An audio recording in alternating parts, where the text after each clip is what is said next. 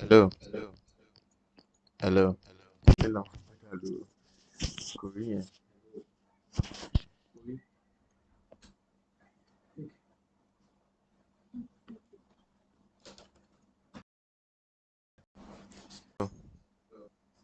Hello, hi, testing, testing. Hello.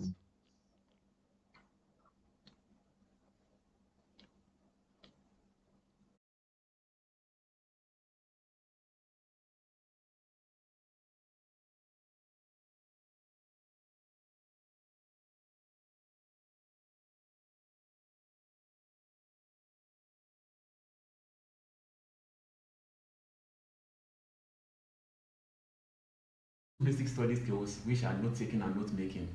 And we discussed that we have um, interaction between the study skills and the language skills, and we're able to identify three different language skills that are needed for you to take notes effectively and for you to make notes effectively. So we identified listening, writing, and reading, that they are required in classroom for you to take notes and outside the classroom for you to make notes.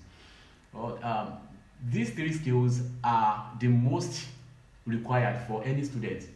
You have to listen, especially when you are in class. Then you have to write when you are in class. Then after the classroom, you preparing for exam, preparing for a test, or you just want to do personal reading, you have to do reading. So that means we have to pay attention to these three language skills: listening, reading, and writing. But more importantly, you notice that a student does more of reading than any other language skills. We do more of reading than listening. We do more of reading than writing. So that means reading is very important and we have to pay attention to it. And what are the aspects of reading that we have to pay attention to? Let's start from the meaning of reading itself. Many students have misconception about what reading means. They think it is just your ability to open a book and begin to make some utterances based on what you see in the book. But reading is beyond that. Until you achieve three basic things, you have not read. So to define reading, we say reading is the ability to identify, recognize, and interpret written symbols. I'll go through that again. So reading is the ability to identify, recognize, and interpret written symbols. Until you're able to do these three, you have not read. Now, if you open a book and you're able to identify some symbols there as letters, that is identification. But if you are able to recognize individual letters as A or B or C or as any letter, that is recognition. You are able to recognize. But when those symbols are put together, when you pronounce what you say, are you able to interpret it? Until you are able to interpret, you have not read. If you can identify and recognize it to make a pronunciation based on what you see, and you are not able to interpret, then you have not read. So it involves your ability to identify, recognize, and interpret written symbols or printed symbols. That is what reading is. Having discussed the meaning of reading, another thing that is very important is types of reading.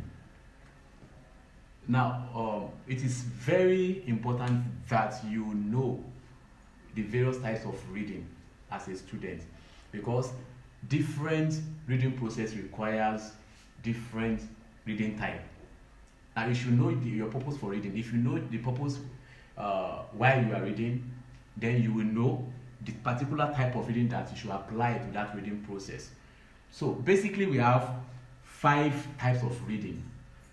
Although there are other types of reading, but for this level we are to discuss these 5 types of reading. Now we are starting from number 1, which is scanning. Scanning is a type of reading where the reader takes a quick glance through a material in order to locate a particular information. I will take that again. Scanning is a type of reading where the reader takes a quick glance through a material to locate a particular information. So when you are reading for the purpose of locating information in a particular text or in a particular portion of a text, then you are scanning. Let's say, for example, when you wrote your WAEC English language exam, you were given a passage to read.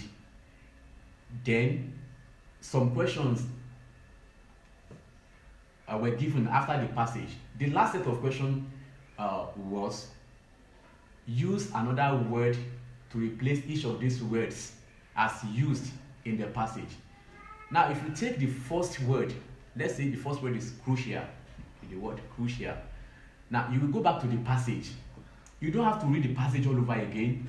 You have to go and look for where the word crucial is located in that passage.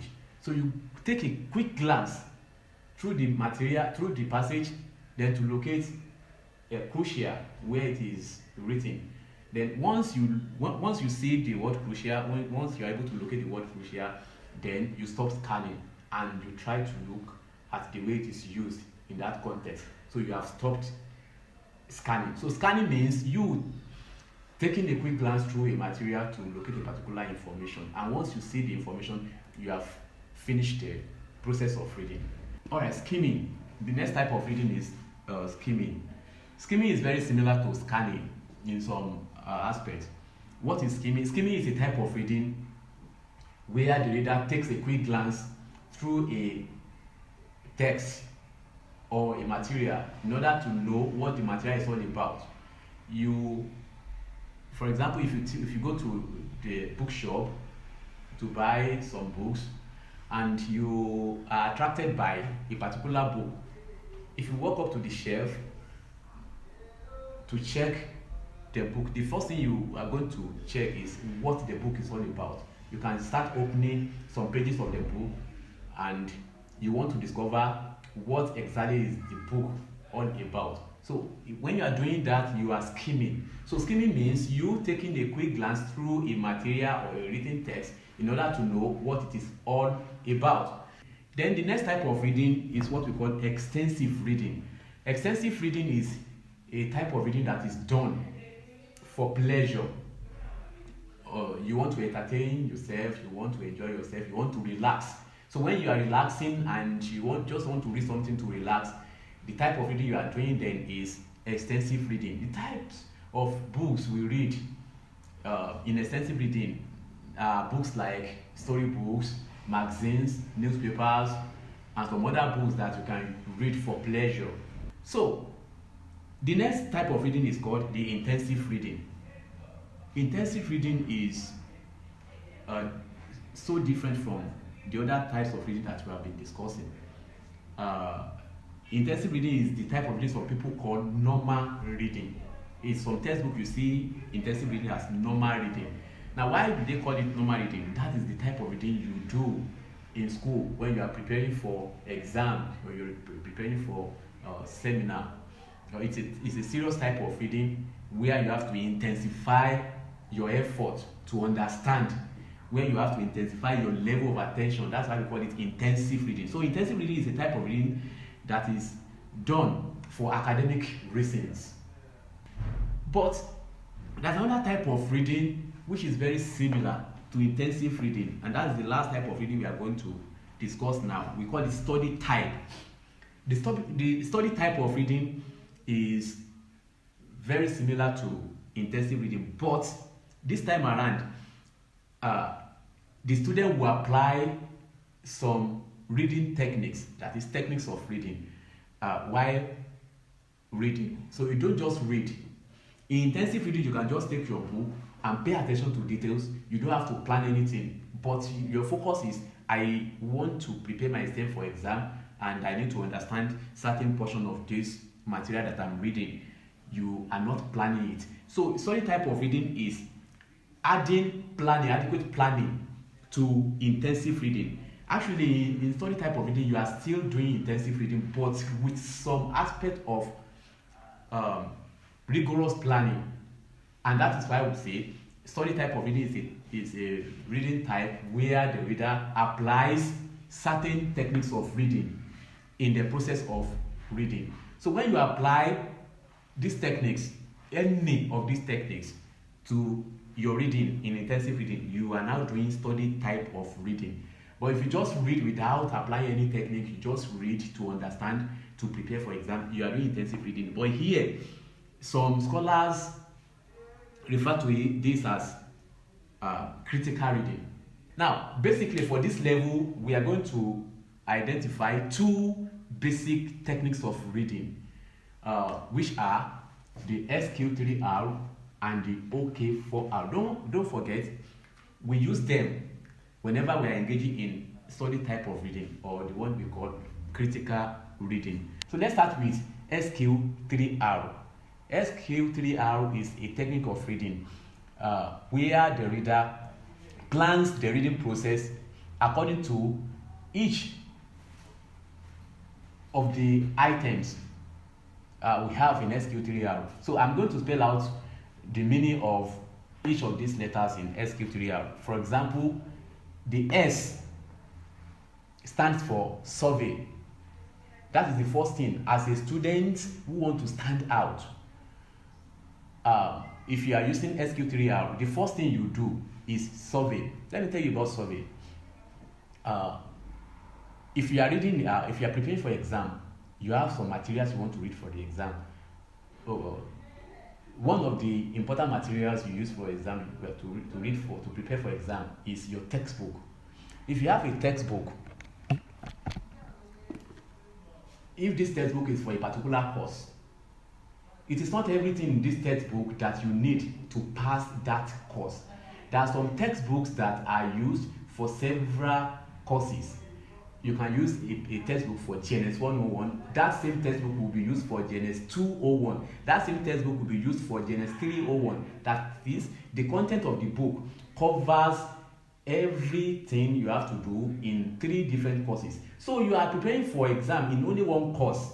Now, it means you have to do your survey. You have to mark out the areas that concern you in this textbook to pass this particular course. So you have to do your survey, because you don't have to read everything. How do you go about that? You already have your course outlines given to you by your lecturer.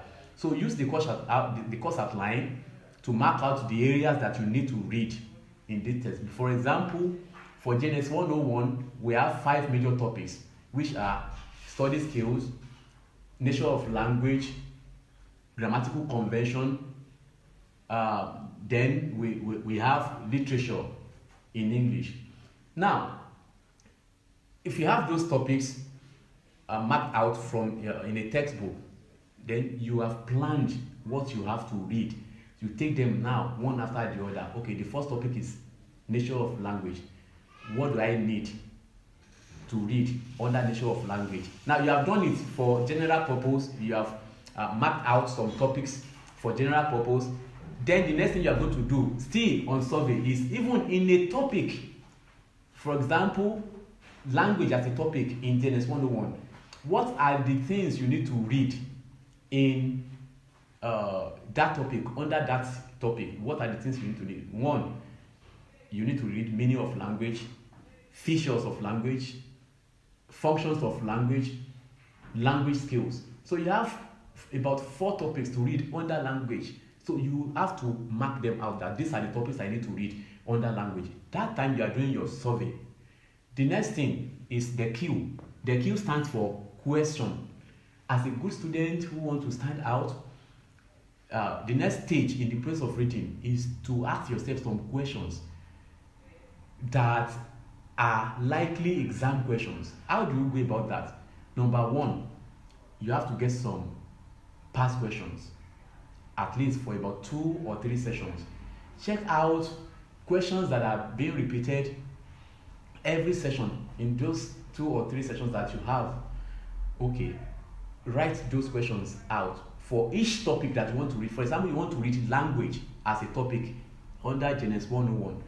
Now, what are the basic questions that you usually ask under language? Number one, they usually ask us meaning of language. So I need to know what is language. That is your first question. What is language? Number two, what are the features of language? Number three, what are the functions of language? Number four, what are language skills? Now you have asked those questions. Those are the questions you need to be able to answer after reading. So it is necessary and important for a student to have such likely exam questions before you start reading. So that is the second step in the process of reading for SQ3R. Then the third step, that is when you read. At this stage, you already have the topics you want to read. You have picked topic number one. Then come back here to do your intensive reading. Read it to understand the concept. Then after reading the topic, the whole subtopics under it, maybe 4 or 5, you have read them.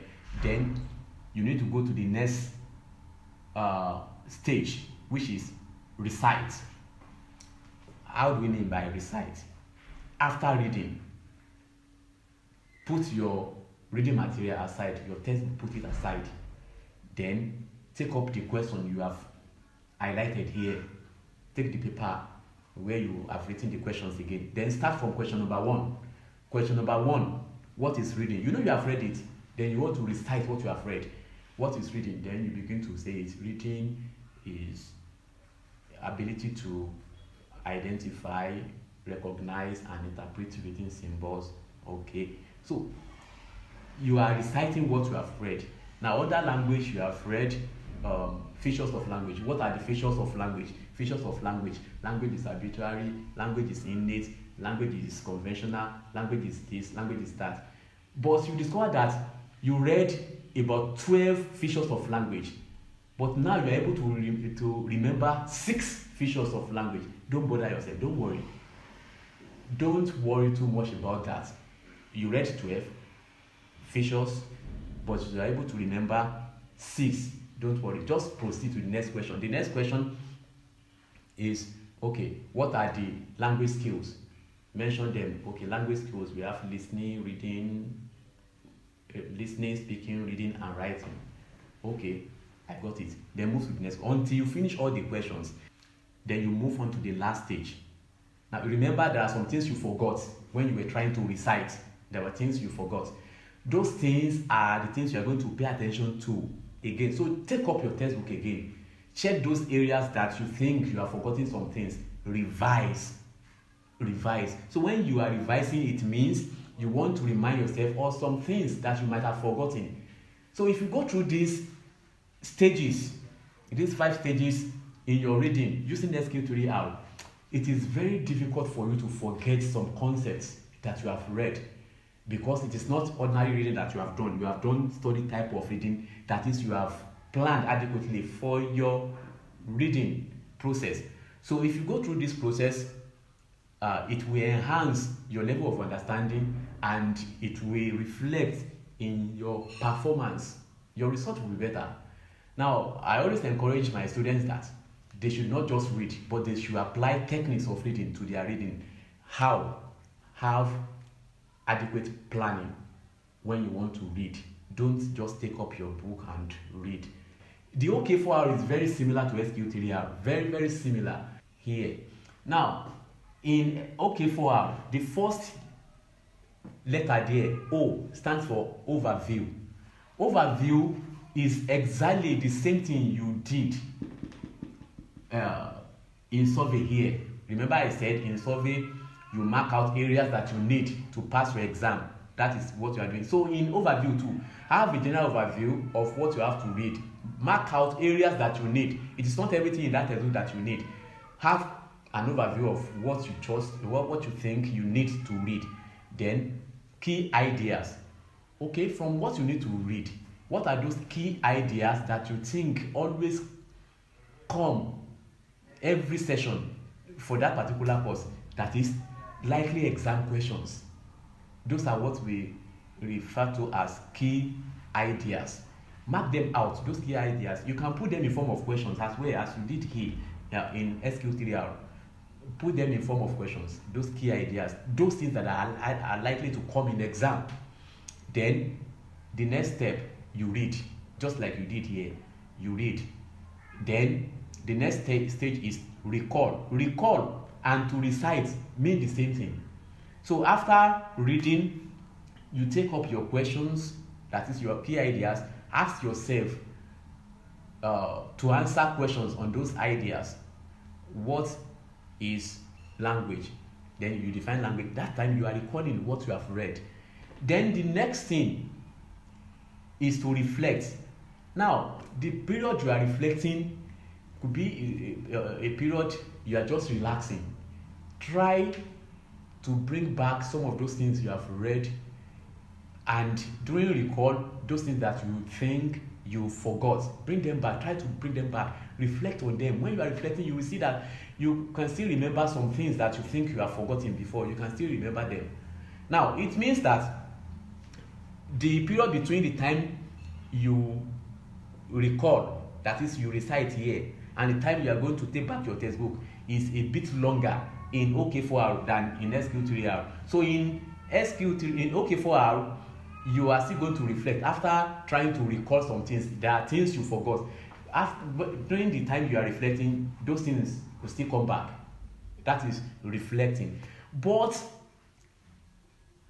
after this stage, you can now take back your textbook. Try to make some review to things you think you have forgotten or things you need to understand more. There could be things you think your level of understanding about them are not yet satisfactory. Then you can now go back to your textbook, read them again, and that will enhance your level of understanding in those areas. So these techniques are very important if you are a student in a higher institution of learning. Now you prepare for exam using any of these techniques, the result is going to be fantastic. I just trust me. But the next topic we are going to discuss is good reading habit, because we have discovered that although some students always try to read, in fact intensively, but even as such they still don't understand some aspect of what they have read. It is because one way or the other they have engaged themselves in some bad reading habits. So I'm not going to teach you good reading.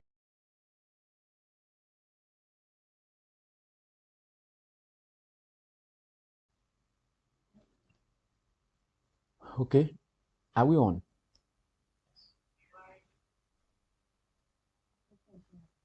Okay.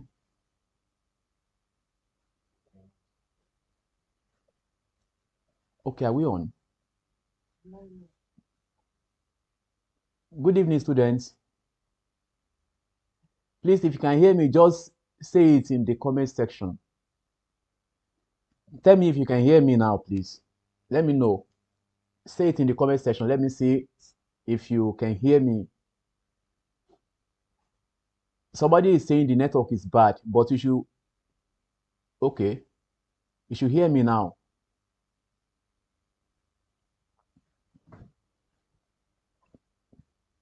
Hello, good evening, scholars. Can you hear me? If you can hear me, let me see in the comment section, please.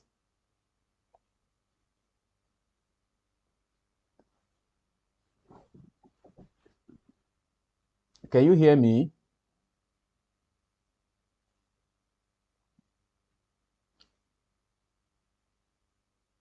All right, please stop telling me your names.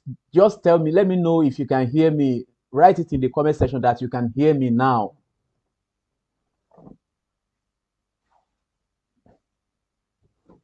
Hello, scholars. Let me see in the comment section if you can hear me clearly. I want to be sure you can hear me before we start the lecture.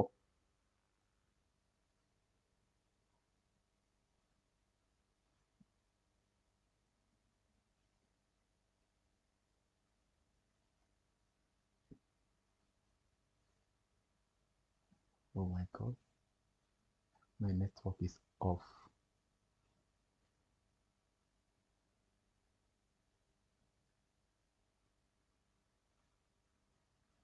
Okay.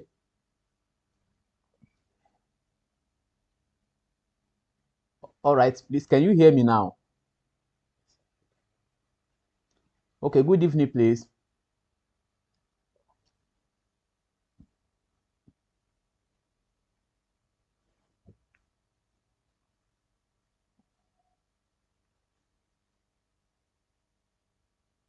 So today I'm going to be doing some revisional class with you.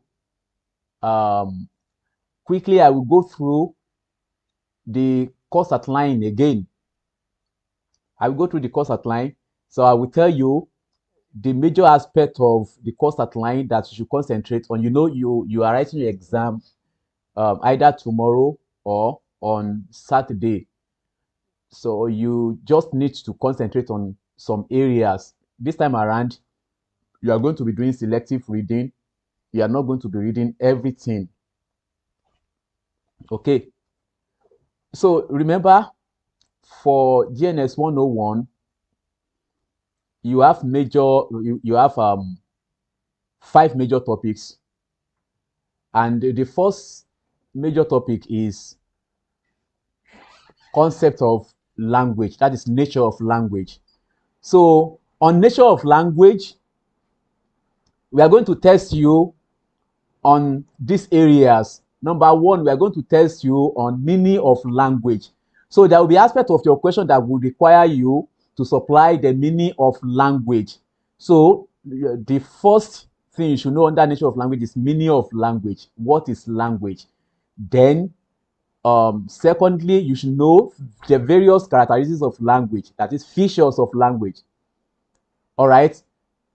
After that, we are going to test you on functions of language.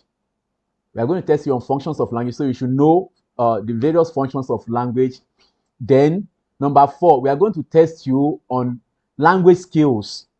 Now, you should be able to supply all the language skills we have. Remember, we have just 4 language skills. Then we are going to test you on that. Then, lastly, we are going to test you on uses of English language in Nigeria. What do we use English language for in Nigeria? So we are going to test you. All those things I've mentioned will be more of the objective questions. That is, they are going to be among the 40 objective questions that we are going to answer. Now, all those aspects of language, like I said, meaning of language, you know what language means. Don't forget, language is a set of conventional symbols and sounds used in human community for expression of feelings, ideas, and opinion. So it's a system of sound and symbols used for communication in human community. Don't forget, a particular scholar describes language as human instrument of expression through the use of sound as released by the vocal cords. So I've given you several definitions of language in our various lectures. So know the meaning of language. Then secondly, features of language. We have discussed various features of language, like language is arbitrary, language is innate, language is systematic, language is conventional, language is culturally transmitted, and some other features like that. Don't forget the several features of language. They are going to come in the objective part of your question. Then, the third aspect of nature of language is the language skills. Now, remember, we have 4 language skills, which are listening, speaking, reading, and writing. So the first language skill acquired by a child is listening skill. So a child will begin to listen to sounds in his or her environment. That skill is acquired naturally when you are young. So that is listening. The second language skill is speaking. Once the child begins to listen to sound around him or her, later will begin to imitate the sounds by trying to say them. So that is when you are developing your speaking skill. So speaking skill is the second skill that is acquired naturally. Then the third one is the reading skill. So reading and writing are acquired through formal education. When you get to school, they begin to teach you how to read letters. That is when you start learning A for apple, B for ball. That is the essence of that thing when they start them with you in your elementary schools. So reading will come before writing. So after reading, you begin to write the various letters you're able to read, then you can write them down. So in other words, the four language skills in any language are the listening skill, the reading skill, the listening skill, the speaking skill, the reading skill, and the writing skill. So those are the four major language skills um, you acquire as a language user. Then apart from language skills, we are going to test you on various functions of language. What do we use language for? Language is used for expression of feelings, opinion, and some other things like that. So we call it uh, expressive function. So you express yourself using language. Then language is used to entertain. Language is used to educate. Language is used to transmit culture, and so on. Those are various uses of language. Now, apart from that, we talk about uh, uses of English language in Nigeria. In that aspect, we are specific. That is how the English language has been helping us in various ways in Nigeria. So uses of English language in Nigeria. Number one, I told you language is our um, lingua franca. That is the language that is chosen among various languages in the country as language of expression. So I told you in a place where we have a lot of languages, Nigeria is one of the nations like that. We call it heterogeneous nation. We have several languages. Like I told you in class, we have about 400 indigenous languages. So, but there must be a language that is used generally by the people there if you want to address um, a set of audience that you will have several ethnic groups there. Then you have to speak English language. So English language is lingua franca, and it is also number two. It's also the official language, the language that we use in offices.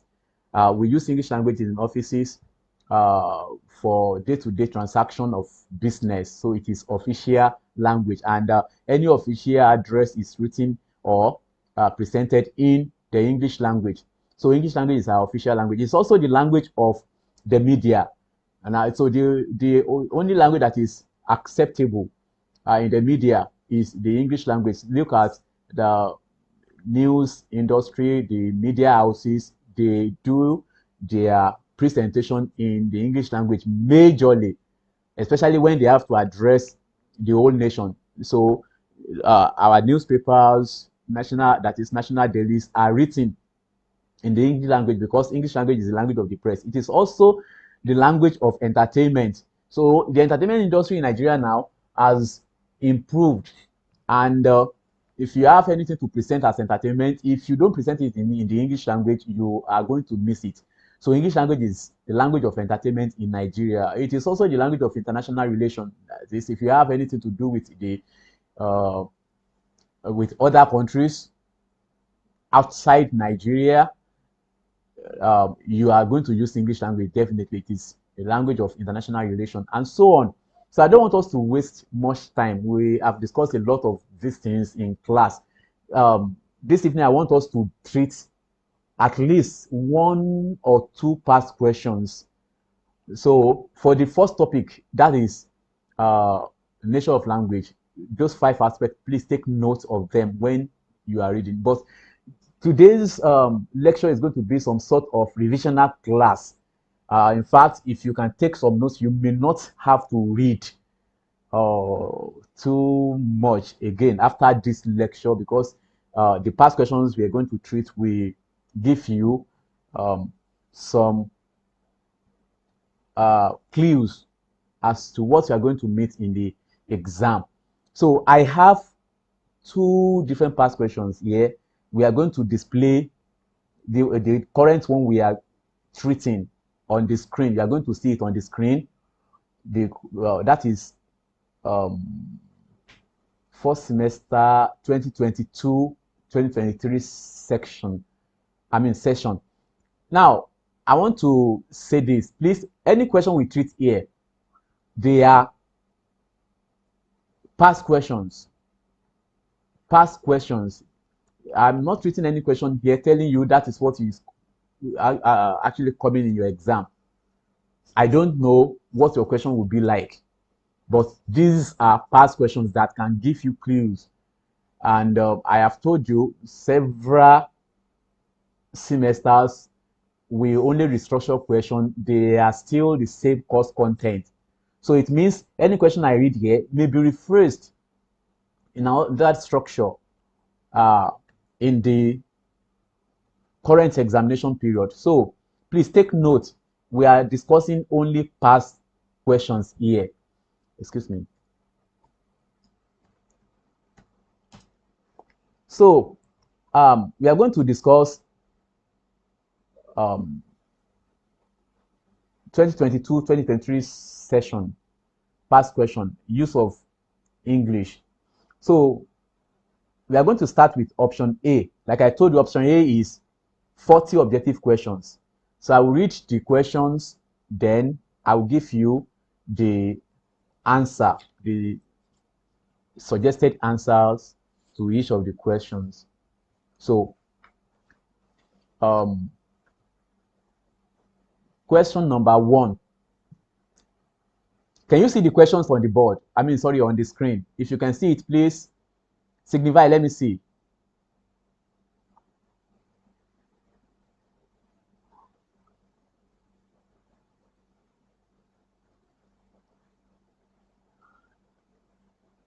Okay.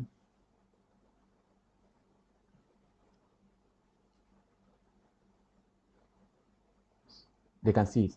Okay. So question number 1. Dash and dash are oracy skills in language study. Dash and dash are oracy skills in language study. Remember, we discussed that we have 4 language skills. 2 of them are acquired naturally. The other 2 are acquired through formal education. So what oracy skill mean here is those language skills that we acquire through Western education that will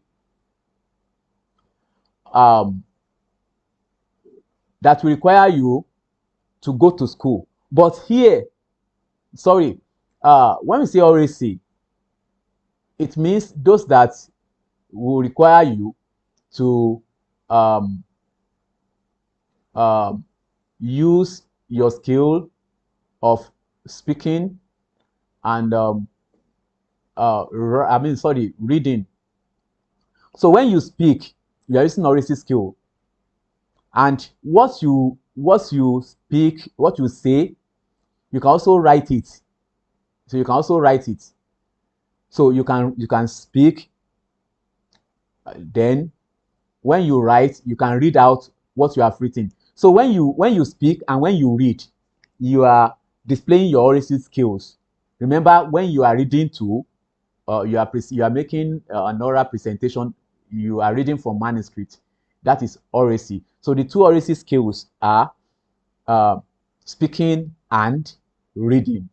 So number 2, dash is a non-instinctive method of communicating ideas and feelings with the use of voluntarily produced symbols. I'll take that question again. Dash is a non-instinctive method of communicating ideas and feelings with the use of voluntarily produced symbols.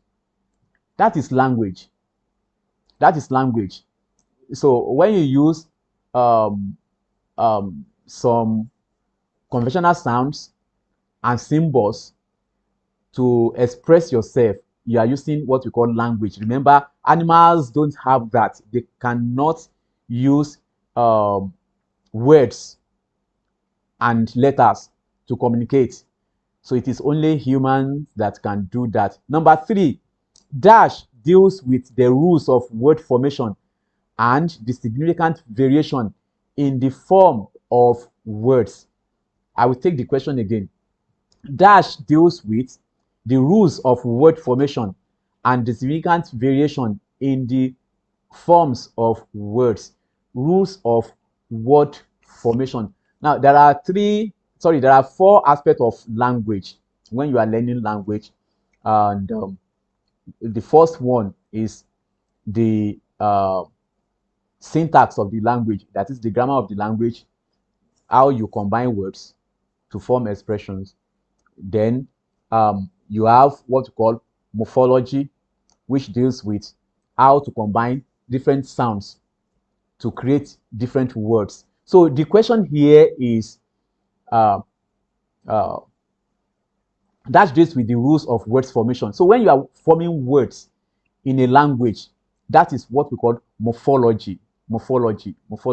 The study of how to combine sounds to form words in any language. So that is morphology. Then number four, when a country recognizes two official languages,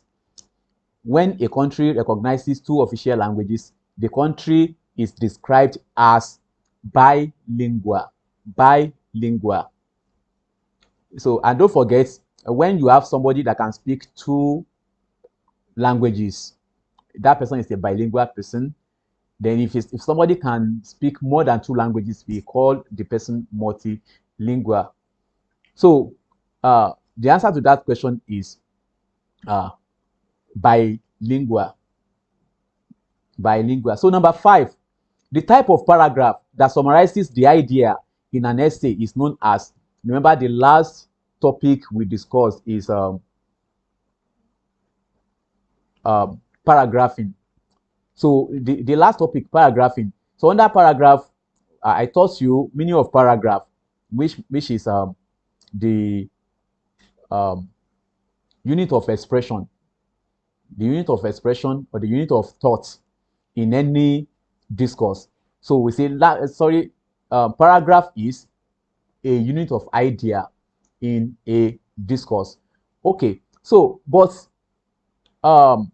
we have three types of paragraph, basically three types of paragraph: the introductory paragraph, the developmental paragraph, or the transitory paragraph, then the concluding paragraph. So the question here is, the type of paragraph that summarizes the idea in an essay is known as concluding paragraph. So you conclude your essay using concluding paragraph. Okay, number six.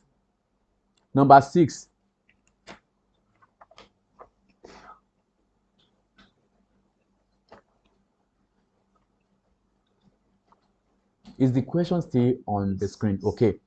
Question number six. The act of developing a jotted note into a detailed note is known as the act of developing a jotted note into the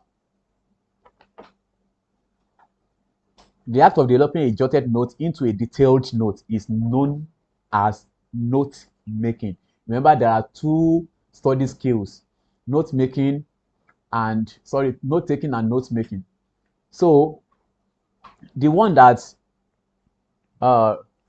requires you to develop the notes you have taken in class to a more readable form or comprehensive form is called note making. So this question is referring to note making.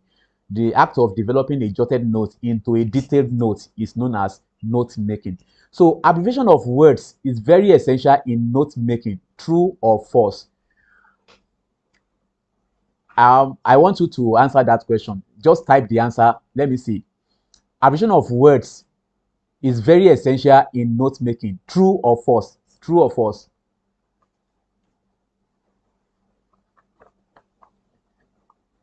Can you see the comments?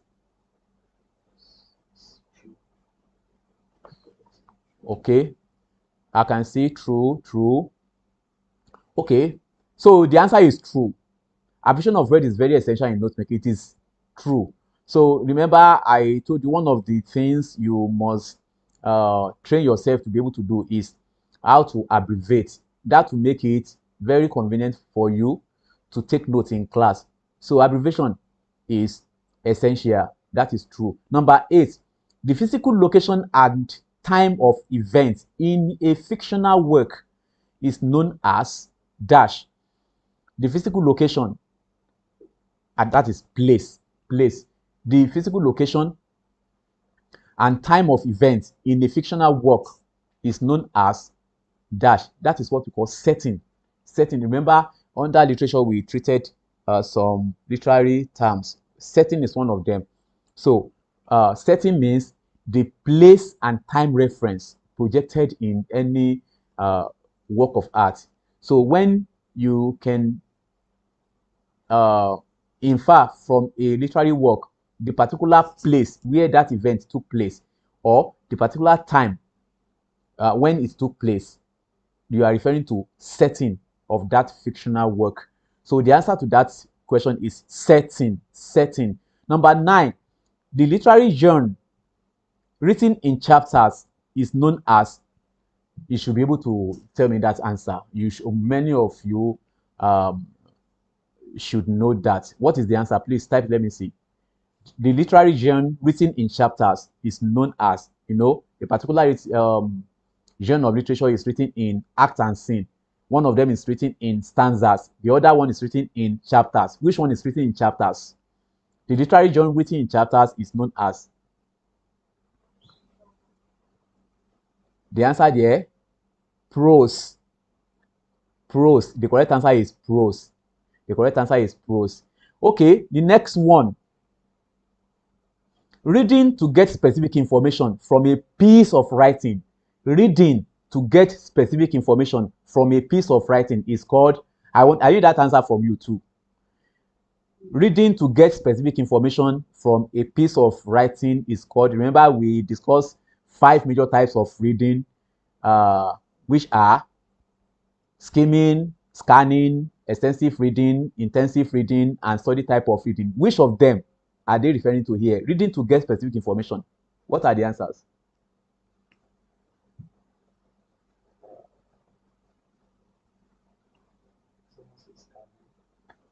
All right, I have seen scanning. Scanning is the correct answer. When you scan to locate a particular information. So scanning is the correct answer. Scanning is the correct answer. So the question is reading to get specific information from a piece of writing is scanning. Number 11. 11 says, dash describes a situation whereby a reader reads aloud when he is expected to read silently.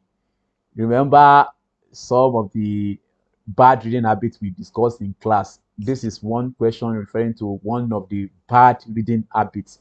So what does this mean? Dash describes a situation whereby a reader reads aloud. What is that? What is the answer? What is the answer?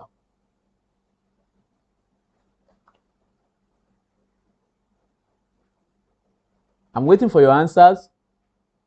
When you read aloud, what type of bad reading habit is that?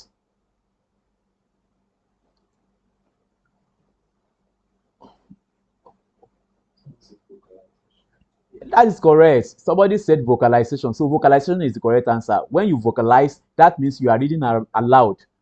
So vocalization is reading aloud when you are reading, when you are supposed to read silently. So that is vocalization.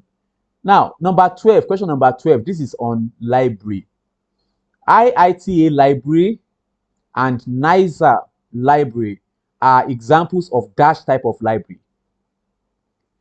IITA library and NISA library are examples of dash library. We call them research library. Research library. So you know IITA is a research institute, NISA is also a research institute. So when you have library in this kind of setting, so they are referred to as research libraries. So number 13, question number 13, dash is a compilation of maps with tabulations of geographical data. Dash is a compilation of maps with tabulations of geographical data. That question is also from that topic, library. So what is the answer? Do you know what they call atlas? That is a compilation of maps with tabulations of the geographical data. So we call this atlas. Then number 14, state any 4 types of dictionaries. State any 4 types of dictionary.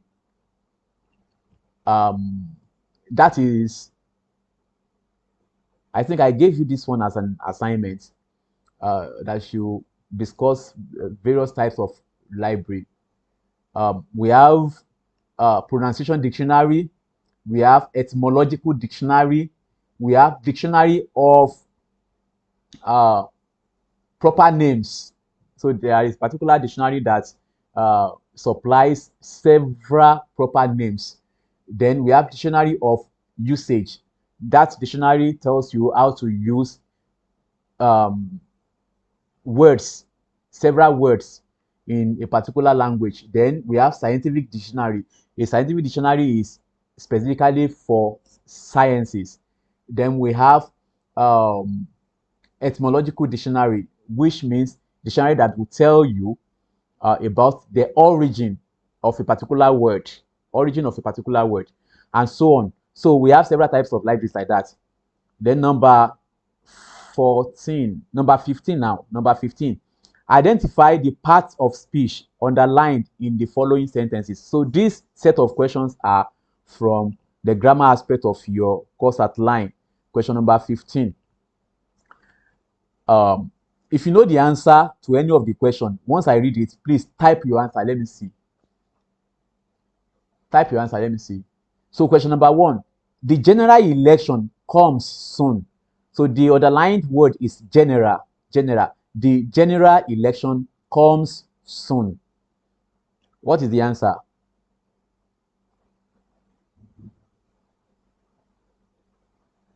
Okay, in order not to waste time, the answer is adjective. You know, we can have the sentence as the election comes soon. Which election? The general election. So general there is used to describe the type of election that is coming up. So it's an adjective. Adjective describes a noun or a pronoun. Adjectives is used to qualify a noun. So to qualify election there, we have used general. So general is as an adjective. Then number 2, my brilliant sister is here. My brilliant sister is here. Brilliance is underlined. What part of speech is brilliant? Definitely, that is also an adjective. Sister is the noun that is being qualified here. My sister is here. Which of your sister? The brilliant one. So my brilliant sister is here. The word brilliance there is an adjective. Then number 3, the needed change. The needed change will surely come. Change is underlined. Now, what part of speech is change? Change there is a noun. A noun. You have an adjective before it, which is needed. Needed is an adjective, but change is underlined, and change is a noun. A noun. We can remove the adjective and read it as the change will surely come. The change will surely. So change is a noun. And for you to actually know that a particular word is a noun, one of the clues that you can use is when it is preceded by an article, either the article D or the article A or the article an. So when you have any of the 3 used with any word, that word is definitely a noun. A noun. So she regularly attends to us. She regularly attends to us. You can have that sentence as she attends to us regularly. So which means you can move regularly to any part of the sentence. You can see regularly she attends to us, and it is an adverb that can be moved to several places like that. So you can move regularly to either the beginning of the sentence or the end of the sentence. It can also be there. That means it's an adverb. So it's an adverb. Regularly, I mean regularly is an adverb. Okay. Now she regularly attends to us. Okay, adverb. Number 5, the man is good at mathematics. The man is good at mathematics. Many of you should have said a preposition. So at is a preposition there. It's a preposition. So those 5 questions are from the aspect of grammar, grammatical conventions. So number 16 now, interpret the following idioms. Interpret the following idioms. Number 1. So remember I told you in class that we are going to give you some idioms to interpret. Just tell us the meaning of the idioms. So just read some idioms. You may be lucky. Some of them will come out. So in this one now, number 1, Roslyn is a wet blanket. Roslyn is a wet blanket. A wet blanket means somebody that spoils other people. Or when somebody that spoils people's fun, when people are enjoying something and the person comes around to spoil their fun, or somebody that destroys a particular plans, initial plans of people, somebody that spoils it, we call them wet blankets. Roasting is a wet blanket. That is what it means. Somebody that spoils people fun or particular initial plans. So number 2, the rector is a man of many parts. The rector is a man of many parts. So the idiom there is man of many parts. And what does it mean? It means a versatile person, somebody that can diversify, somebody that can do several things. So that is what it means to be a man of many parts. You can that a man of many parts can talk about any aspect of human endeavor, like he can talk about medicine, he can talk about engineering, he can talk about language, he can talk about so many things. So you can do several things as well. So number 3, the chairman is a thick-skinned man. The chairman is a thick-skinned man. You see somebody that you cannot easily convince, you cannot easily discourage. That person has a thick skin. So when you say somebody is a thick-skinned person, that means you cannot easily penetrate that person. Even when you criticize the person, he doesn't care. So he doesn't give in to intimidation and some other things like that. So that is what it means to be thick-skinned. Then number 4, marriage is not a bed of roses. Marriage is not a bed of roses, which means it may not be something that is very pleasant. It may not be something that is very pleasant. It may become unpleasant at times. So it's not a bed of roses. So question number 17. Identify the following figures of speech. Identify the following figures of speech. That is also a question from literature. So this set of questions are from literature. Number 1, oh God, what have I done? Oh God, what have I done? Okay. If I ask you to write your answers, that may take time, but we have a question mark in front of it. But what type of question is that? That is a rhetorical question. A rhetorical question is a figure of speech which asks questions that do not require any answer. So when you ask questions that not when you ask questions that do not require answers, um, we call them rhetorical questions. So, oh God, what have I done? Rhetorical question. Number two, the beautiful lady is a green snake. The beautiful lady is a green snake. For somebody to be a green snake, you are comparing that person directly to another thing. And when you make such comparison without the use of as or like, that is metaphor. Remember we have two types of comparison, either simile or metaphor. Simile we use as, like the beautiful lady is like a green snake, that is simile. But when you remove like or as and you say the beautiful lady is a green snake, that is metaphor. If you say the woman is a pig, that is metaphor. You say the woman is as dirty as a pig, that is simile. Then number three now, it was a sweet sorrow experience last week. It was a sweet sorrow experience last week.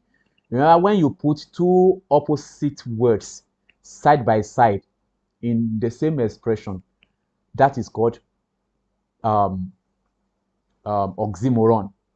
So oxymoron, we use two opposite words at the same time in the same expression. So the correct answer there is oxymoron. So oxymoron, sweet sorrow experience is oxymoron. Number four, the king.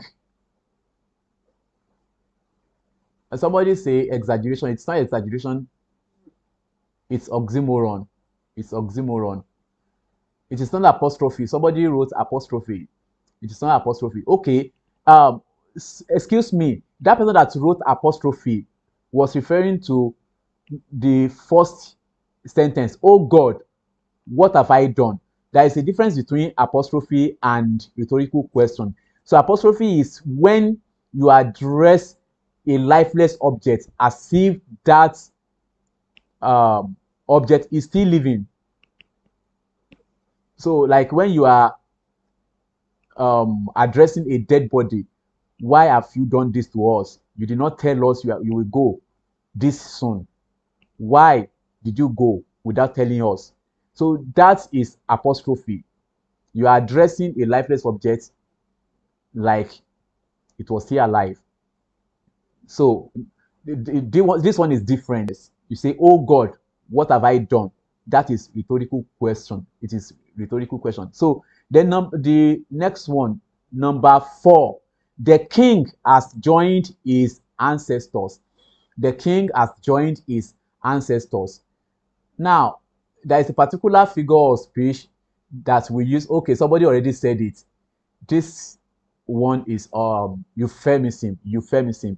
So when you address, when you express um, something that is not pleasant in a pleasant manner, that is euphemism. Euphemism. So if you know, when I say this, it's going to hurt somebody, then you find a way of saying it in such a way that it will not hurt the person like that. That is euphemism. Yoruba uses a lot of euphemism when they want to make some expressions. So one of them is what we have seen here. The king has joined his ancestors. Instead of saying the king has died, so it is euphemism. Euphemism. Euphemism is spelled as EUPHEMISM. So the last one, my little life is like a lie. Learn. I say, learn. Look at that expression. Okay, I want to see your answers to that. It is a very simple figure of speech, but you may not think in that direction if you are not very sensitive. So, my little life is like a lie. Learn. I say, learn. What? Okay, somebody said repetition. Repetition. There is a particular name we give to it as a figure of speech. Hmm? It is not. Oh, actually, it is repetition of um, a particular letter. Now, this time around, it is a consonant. Look at my little life, little life. L is like another L, a lie, another L.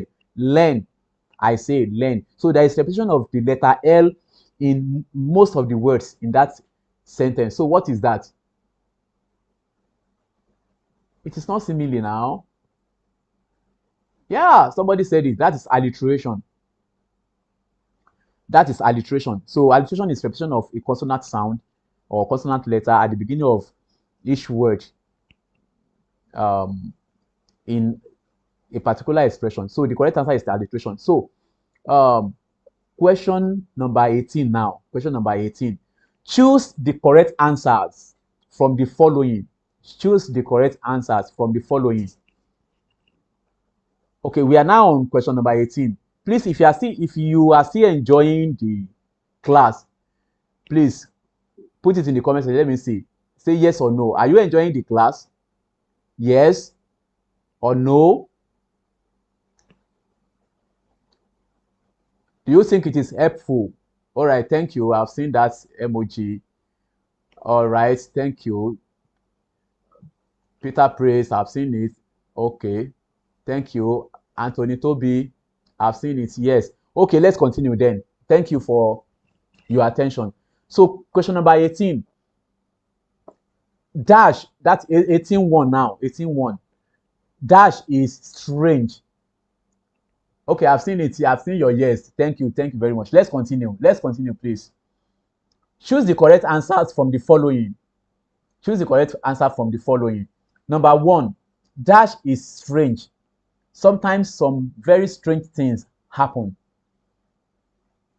Dash is strange. Sometimes some very strange things happen. So the first option there is life.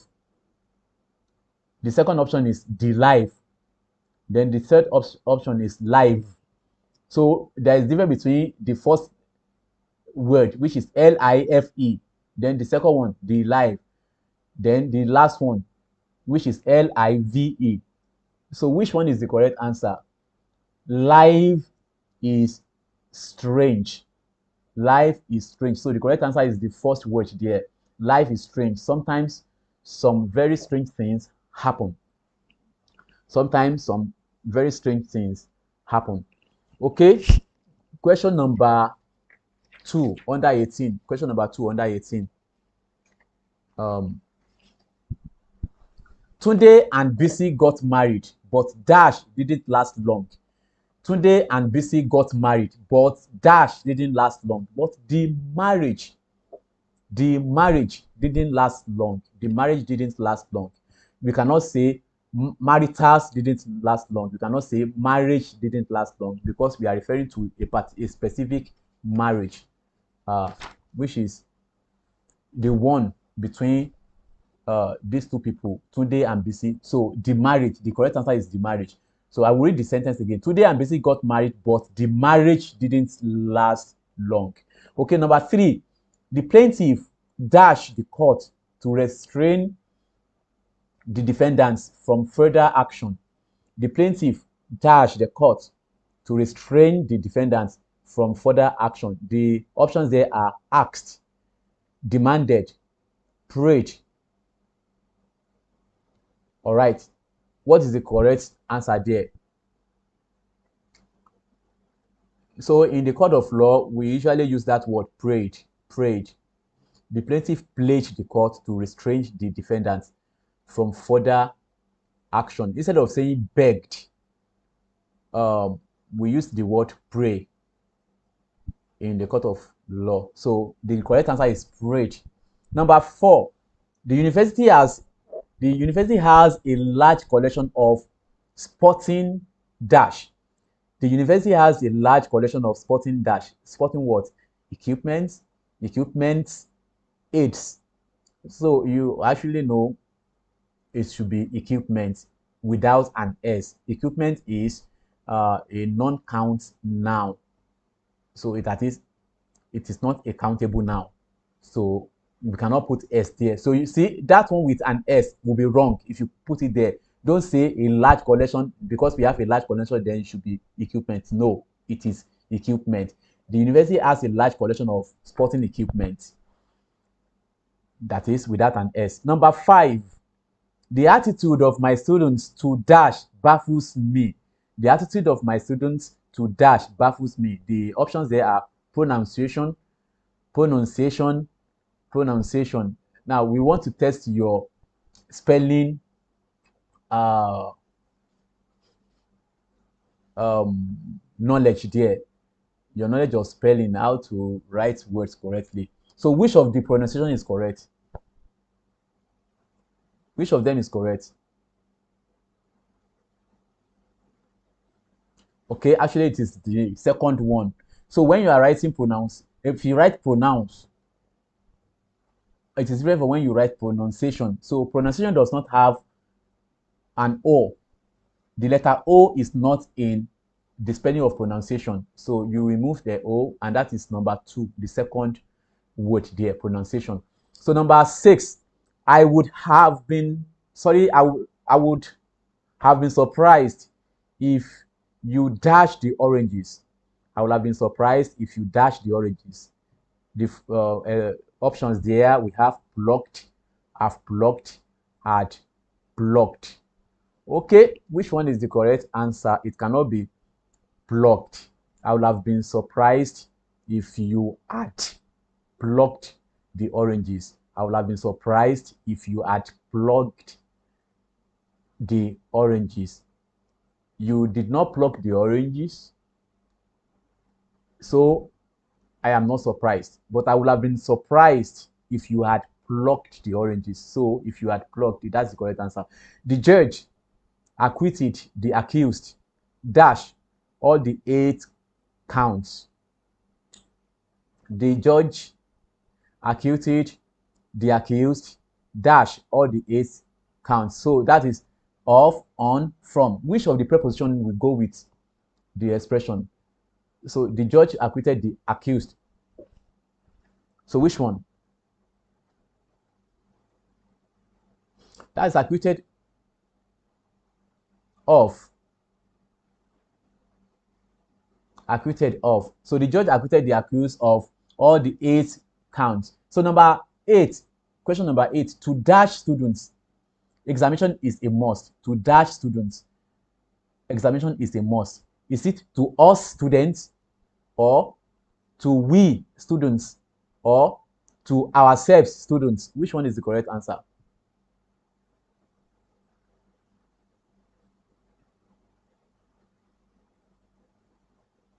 Okay.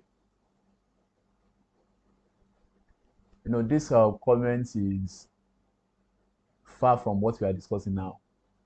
Okay. Okay, we. Okay. So the correct answer is we, not to us. To we students, examination is a must. So number 9 now. Thank you. Your answers are correct. Okay. Number 9. Dash is a figure of speech characterized with arrangement of words according to descending order. That is a figure of speech characterized with arrangement of words according to descending order. So when you arrange an event in descending order, that is from the top, that is from the highest to the least, from the highest to the least, what figure of speech is that? What figure of speech is that?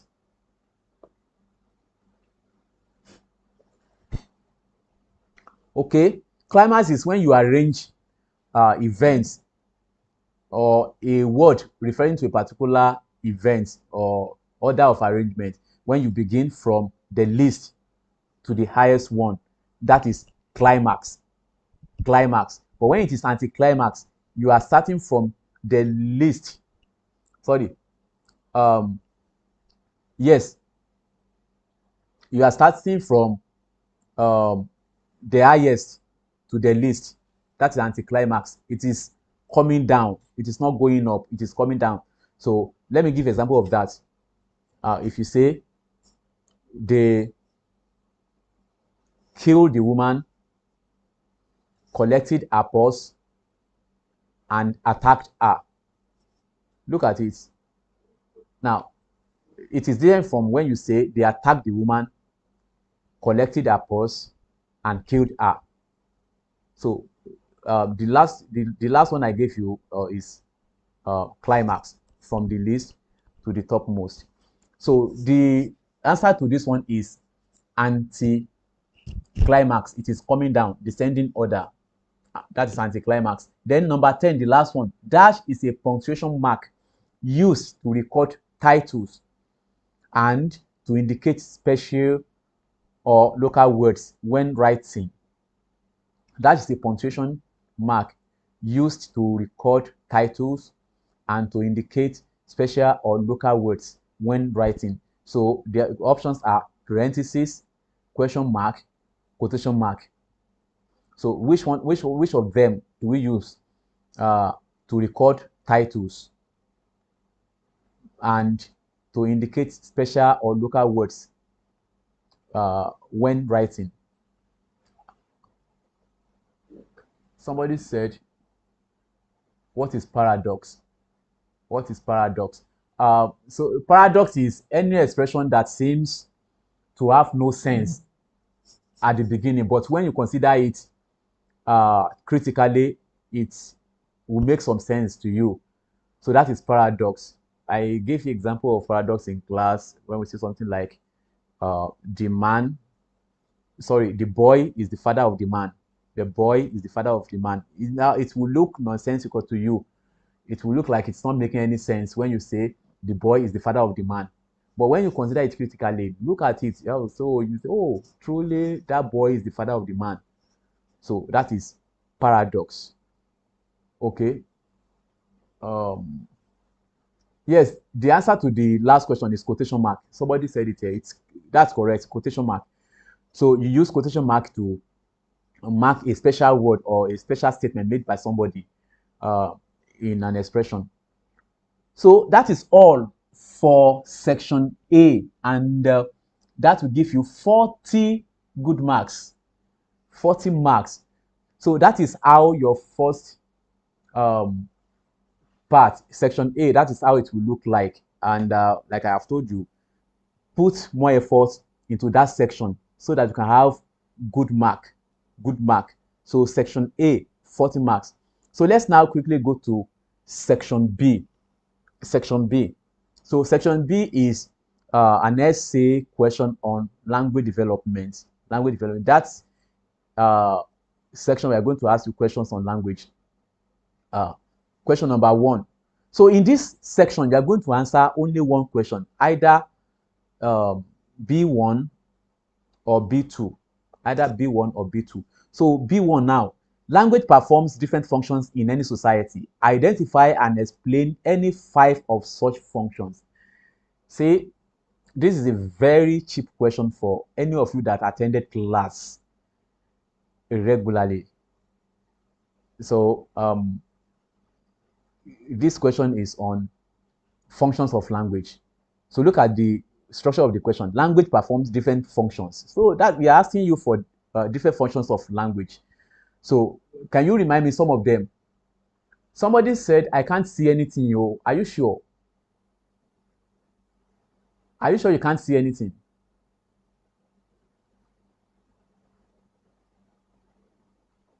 Can you see now?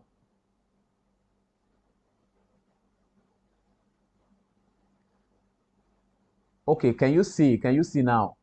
Okay, very good. So let's continue. Now, functions of language.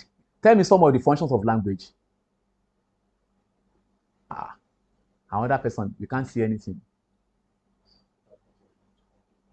Okay, please, if you cannot see anything, that is your network. Please, you can check your network if you can't see anything. Okay, good. Okay, you can see. Very good, very good. Now, okay, uses of functions of language. Language is used for business transaction. Yeah, that's good. To educate, that's good. For entertainment, that's good. That's good. It's correct.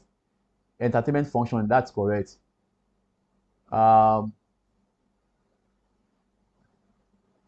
Language is used to notice and the type of language. Okay.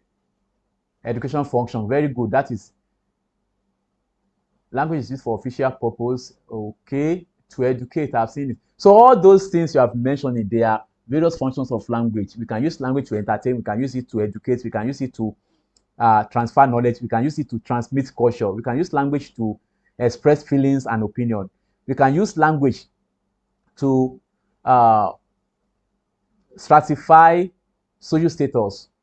You can use it to determine social status of a particular person or a set of people.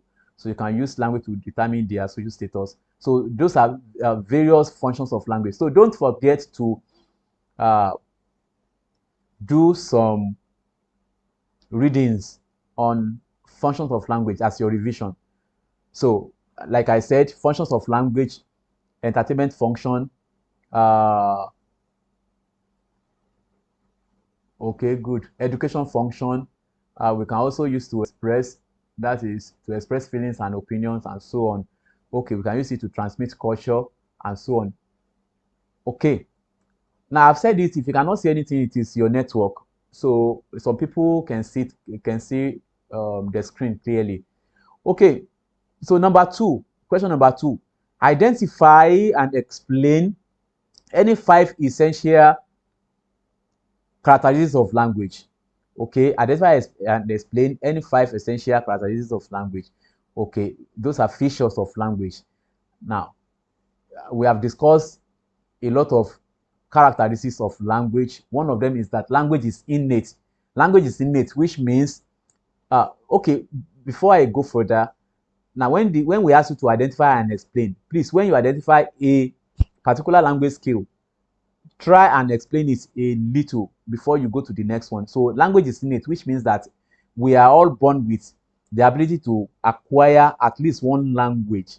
So it is innate in every human being to acquire language. Once you are born in a particular language environment, you are going to acquire that language because it is inborn. So language is innate means language is inborn. Then number two, language is arbitrary. That is, we give names to objects without making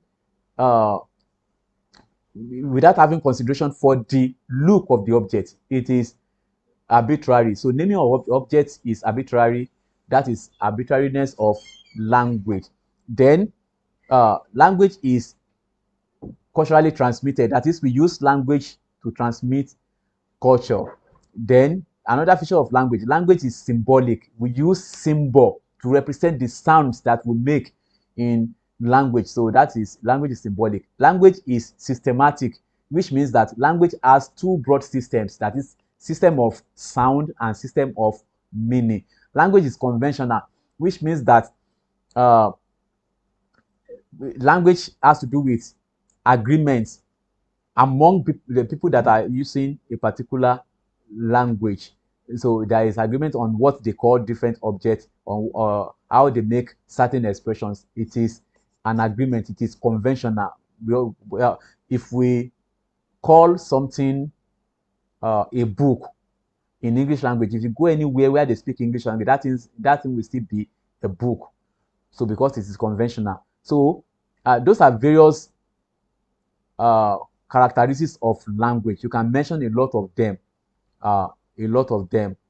So let's go to the section C. Now, this section C is basically on literature in English, and most of the time we won't ask you a general question on literature. We are going to ask you specific questions, that is, asking you to use your reference, to make reference to the particular storybook that you have read in the class. Now, this semester, we have studied 2 different storybooks. That is The Resilient Heart by Folashade Adegbembo. Then I think the other one is okay, Stolen Seed. So most of you read Resilient Heart by Folashade Adegbembo. Now, when you study a text, a literary text, there are several things we want you to take note while reading. Now, one of them is the setting of the story, the theme, projected in the story. Now, a story will have several themes, so you should be able to discuss some certain themes from that story. Then you should be able to tell us um, the aspect of the story that is a reflection of what is happening in the society. How does the story, um, how does the story uh, describe what happens in the society? So that is what aspect of the society is the story trying to project. Then you should try and understand that. Then you should also try to understand the moral lessons that you can actually um, identify in the story. So in this case now, let's see the example we have here. And in this case, we are going to replace the storybook here with the one you read this semester. Number one, with close reference to any two stories from either Jide Ogunlana, that is From Marriage to Prison, or Fentola Emmanuel's Radio Biafra, show clearly how the work of art is an expression of social realities. Social realities. So, from the book you have read, if they ask you to discuss how the story has been an expression of social realities, that is, how is the story, uh, how is it expressing what is happening in the society, the happening in the society, that is social reality. What reality can be uh, inferred from the story? That is what we mean by expression of social reality. So how is it uh, projecting what is real in the society? Then number two, using any story from now those two storybooks that we used in this um, semester, that is not this semester, I mean this semester this question is representing. Now the two storybooks, they have several stories in them. That is why they say using two stories from those books. So it is not the same thing as what you have this semester. The storybook we have read has a single story in it, and the story has certain number of plots in it. That is what you should understand. No, but if you are to use that book, that storybook, to answer this question, they're asking you to discuss the theme, the setting, the characterization, and the lessons from the story. The theme, the setting, the characterization, the lessons from the story. So we have uh, required you to discuss the theme. So theme, we cannot have just one theme in a story. There could be several themes in a story. Now, for example, the resilient art. Now, there is a theme of tenacity. Uh, when we say somebody is tenacious, somebody that will not give in to discouragement, somebody that is not easily discouraged. So we have that theme of tenacity. We have um, uh, theme of hard work, and so on. So think of several themes that you have in that book. Then the setting, the story in that book that you have read, where did it happen? Is it in Yoruba land? Is it in Igbo land? Is it in Hausa land? What is the setting? So you should be able to tell us what particular setting you can identify in the story. So characterization, then tell us about uh, some characters from that text. Now, their behavior, the behavior the author has put in some of them. So there could be a character that uh, has some funny behaviors. So you should be able to make reference to such character that, okay, for this character, he has some funny behaviors like this, like that, and so on. So the last one, what lessons have you been able to learn from the story? That is the fourth one. And you see, these four things are those things I've meet reference to that you should take notes of when you are reading your storybook. So that will take us to the end of the first question paper, that is the first past question. And quickly, if you have any question to put up here, please put it up. Let me see in the comment section. What do you have any question? Do you have any question? Thank you for that, for those emojis. Yes, I can see them.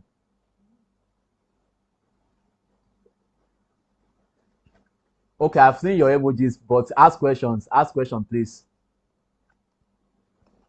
I want to see your questions too.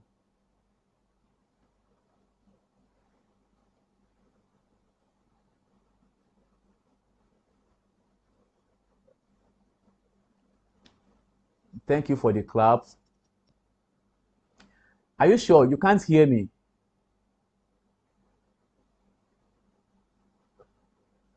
Kusa. The audio is fine. You should be able to hear me. The audio is fine. I can see still some comments here that you can hear me. All right. Any question? Any question? No, don't say you can't hear me. You can hear me. I have a question. I ask your question. Can we get the full video after this live? Yes, you can get the full video. After this class, the full video will still be posted on the channel. You can still rewatch.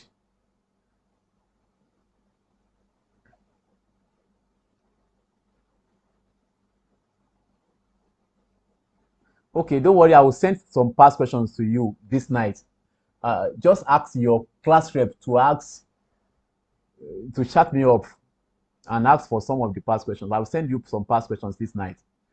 Are we treating 20? No, we are not treating 2024, 25 session. We are treating 2022, 23 session. Past question.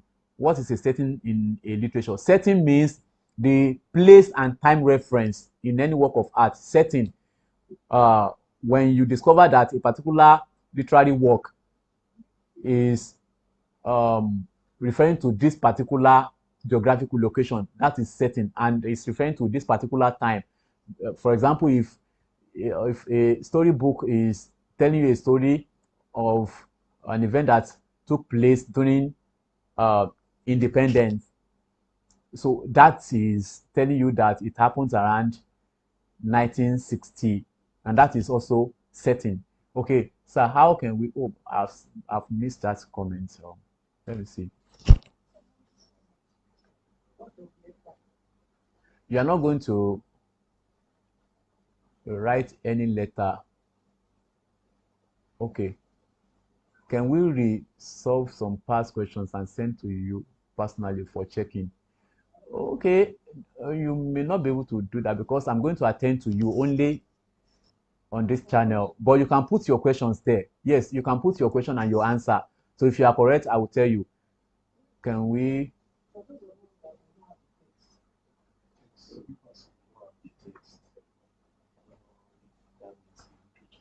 That is, say, if you are writing, some of you are saying you don't have the literature text. If you are writing your exam tomorrow, that may not be possible again. But if you are writing it on Saturday, tomorrow you can tell your class rep to see me. The class reps have been coming to the department for the literature text, but maybe many of you have not been reacting to that. But if you are writing your exam on Saturday, you can still get your literature text through your class rep on Friday. That is tomorrow. You can still get it and you can still read it. It is something you can read in 2 hours. Okay.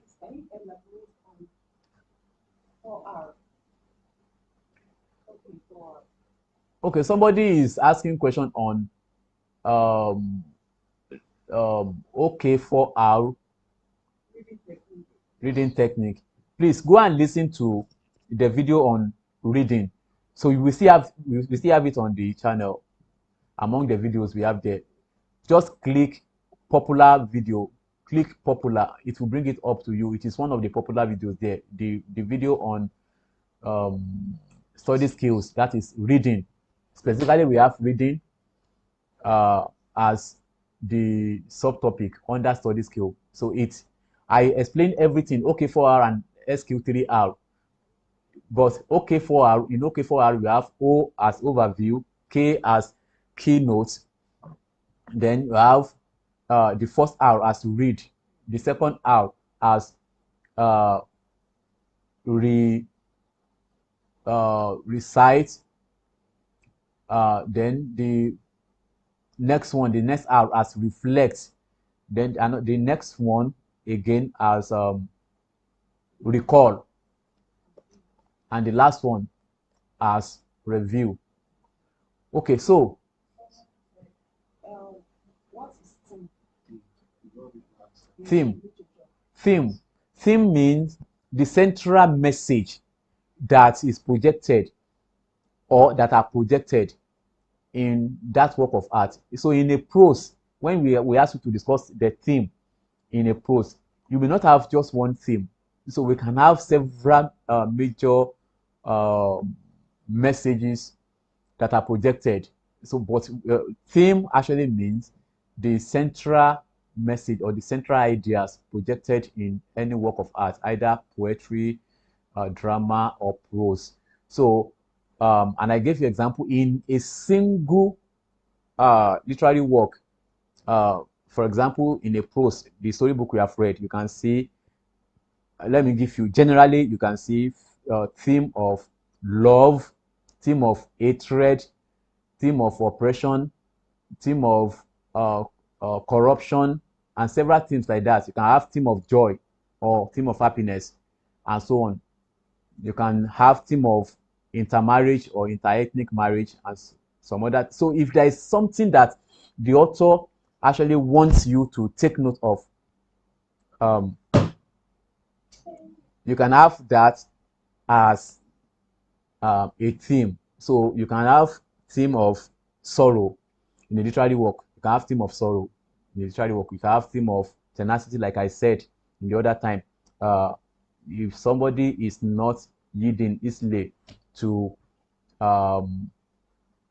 pressure, so it's a theme. So it's a lesson that the author wants you to take note of. So any other question there? Joining in literature. What is joining? Genre. Is that genre?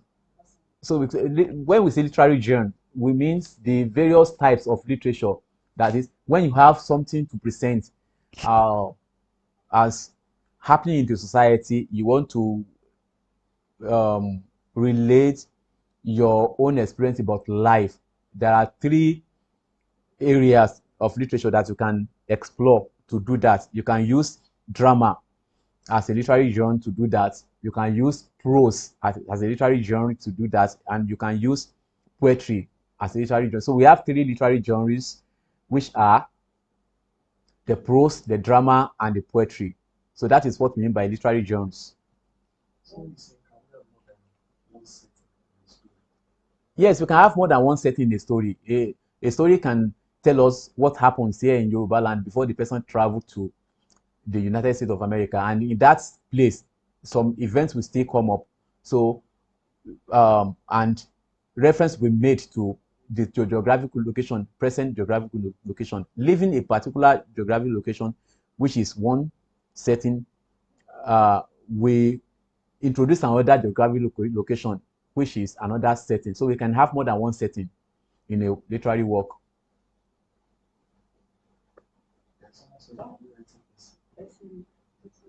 Can we? All right.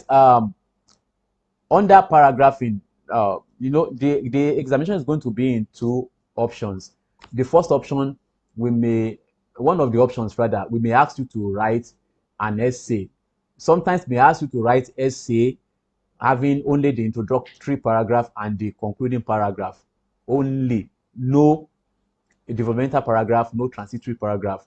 So we may ask you to write introductory paragraph or only both introductory paragraph and concluding paragraph.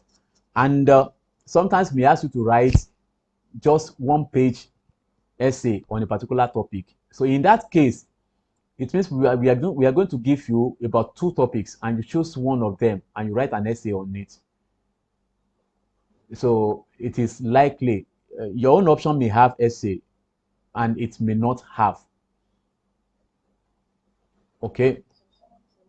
What about plot? And can we have more questions? Yes, you can have more past questions.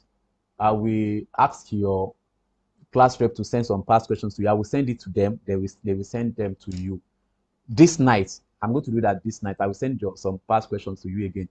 But let me see if you can treat only the objective part of another past question now. That is option B, 2022.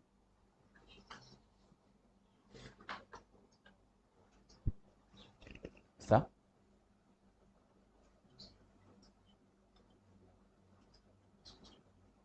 Okay. Okay. Okay.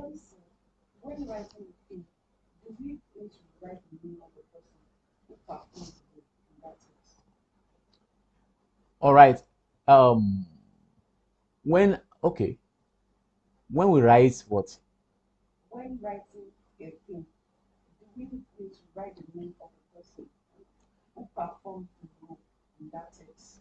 Okay, so it is very important that you make reference to some particular aspect of the text that will make us know that you actually read the text. So when you are answering question, don't just answer question without examples from the text. For example, if you mention a particular character in the text, you can tell us what he or she did or the role he or she performed in that story. So you should make reference to it. Mention names, mention events in the story. That will make us know that you actually read it.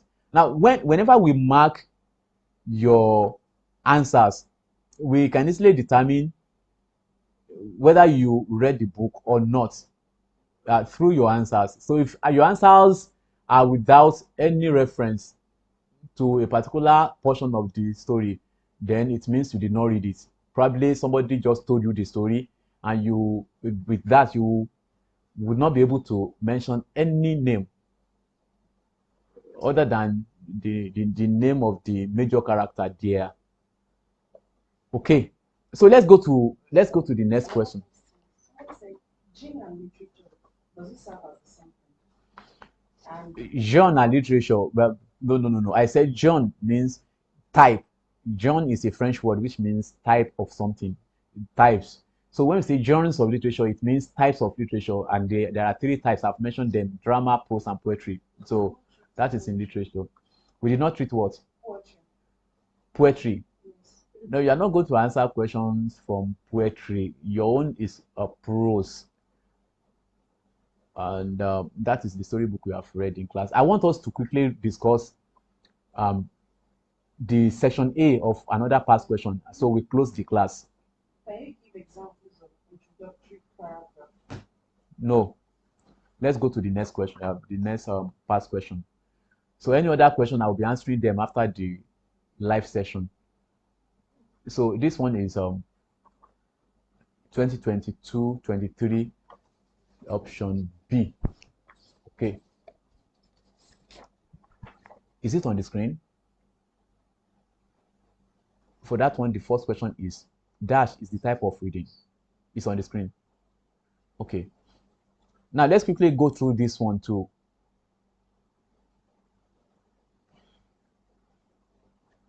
All right, question number 1. Are we there now? Question number 1. Dash is the type of reading done to bring out specific information. Dash is the type of reading done to bring out specific information. You should know that.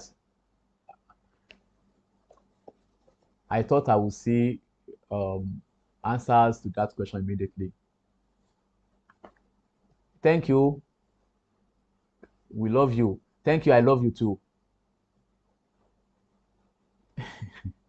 Sorry about that. 50 MB left. All right. Okay. Number 1. Let's quickly go through this question. Number 1. Dash is the type of reading done to bring out specific information. What type of reading is that? When you read just to locate a particular information, that is scanning. Scanning is the type of reading done to bring out specific information. Number 2, dash refers to the place where the story occurs in a literary work. What is the answer to that one? These questions are so simple. All right, somebody says skimming. It's not skimming. When you locate information, a particular information in the text, that is scanning. All right, so number 2, dash refers to the place where the story occurs in a literary work. That is setting. That is setting. Number 2 is setting. Setting refers to the place where the story occurs in a literary work. Settings, setting does not refer to only place. It refers also to time. Number 3, an etymological dictionary gives information on what? It gives information on the history of a word. It gives information about history of a word. Now, the origin of a word, origin, it gives you information about the origin of a word. Where is the origin of the word? Is it from a French language? Is it from the French language or from the German language or the Greek language? So the etymological dictionary will tell you the origin of a word. So number 4, the word father-in-law. Father-in-law is an example of dash type of word. Actually, that is a compound word. A compound word. So father-in-law is an example of a compound word. Number 5, dash function of language portrays it as being used during rites, libation, prayer, and sacrifice. Dash function of language portrays it as being used during rites, libation, prayer, and sacrifice. That is communal function of language. When we say language is communal, that is, it is used to say prayer, rites, libation, and sacrifices. So that is communal function of language. Number 6, in the aspect of the behavior of a character from the beginning to the end of the story in a literary work, he or she can be dash or dash character. Okay, that is testing your knowledge of different types of characters in a particular storybook. So we actually have these answers as flat or round character. A character could be a flat character if he or she appears once and some other times we don't see any of his or her appearances again. But if a character is a round character from the beginning to the end of the story, you will always see actions from that character. So that is flat or round character. We can have a flat character, we can have a round character. So depending on the appearance of the character from the beginning of the story to the end of the story. So number 7, the ability of language to create new words, to describe new ideas, shows its dash characteristics. Okay, when we say language can create new words, which would describe idea, so it means that language is dynamic. Language is dynamic. We can bring new words into language. Now, whenever any item is created newly, we give name to it. Whenever an event occurs in the society, we can give name to that event. So language can accommodate new words. Then we can change a particular usage or a particular expression to be another thing. That means language is dynamic. So the answer to that question is dynamic, or dynamism characteristic of language. So that is dynamism. Number 8, write the plural form of the following words. So write the plural form of each of the following words. Okay. Now aquarium, that is in the singular form. The plural form will be aquaria. Then alumnus, the plural form will be alumni. The singular form is alumnus, but the plural form is alumni. So criterion, the plural form is criteria. Syllabus, the plural form is syllabi. Syllabi. Okay, so you have to write the plural form of each of those words. Then number 9, choose the most appropriate option to fill in the gaps below. Choose the most appropriate option to fill in the gaps below. Number 1, I ought dash the gift now. I ought dash the gift now. Number 1, number A, I ought to be sent. I ought to be sent the gift now. No, that is wrong. I ought to be sent the gift now. Okay. I ought to have sent the gift now. Okay. I ought to have sent the gift now. So I ought to have sent the gift now. I ought to have sent. Sorry. So the answer is C. I ought to have sent the gift now. Okay. Number 2, when your sister dash, inform her that I called. So that the answer is comes. When your sister comes. When your sister comes, it cannot be when your sister was coming. It cannot be when your sister back. It cannot be when your sister came back. So it will be when your sister comes back, inform her that I called. That's the correct answer. Number 3, I have not heard from him since he dashed to London. So I have not heard from him since he went to London. Since he went to London, not since he had gone to London, not since he was gone to London, not since he had been to London. So I have not heard from him since he went to London. So the next one, number 4, Dede and Kausarat dash here every evening. Okay, Dede and Kausara dance here every evening. They dance. You can represent the subject. You can replace it with a pronoun. That is, they dance here every evening. They dance here every. The correct answer is B. They dance here every evening. Number 5, we should travel by air. And there's a question mark after the dash. That means it's a tagged question. We should travel by here. Shall we? Won't we? Shouldn't we? Which one is the correct answer? So we should travel by here. Shouldn't we? That's the correct answer. Shouldn't we? C is the correct answer. Shouldn't we? So now, for this option, we have punctuation. So we in your exam, we are likely to give you a portion.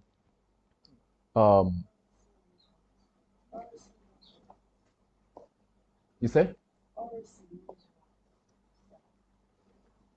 Oracy, that is in the former question we discussed now. Not in this one. I told you the other time that oracy skills are those skills that will express you, that will require you to express yourself, either speaking or reading from the manuscript. That is oracy skill. So oracy skill is when you can stand in front of people to speak to them, at least to captivate their interest, or you read what you have to present from manuscripts. So that is oracy skill. So it is very likely that we give you a passage. Usually it's just a paragraph. So that paragraph you are going to punctuate correctly. So we are not going to put any punctuation mark in the paragraph. So you are going to be the one to punctuate it. So in that aspect, you are going to score 10 marks if you can punctuate correctly. So I won't be reading this one out because it will be very difficult to tell you. But let me just give you a clue of what we expect you to do. So now, for example, in this one now, all literary words can be grouped. So look at the first word there, all. That's the beginning of a sentence. It should start with capital letter. So you should punctuate that place. That's capitalization. Write it, write all, beginning with capital letter. All literary words can be grouped under 3 basic genres. So after genres, what do you have there? You are going to have a colon. A colon. That is 2 dots, because you are going to mention some items: prose, poetry, and drama.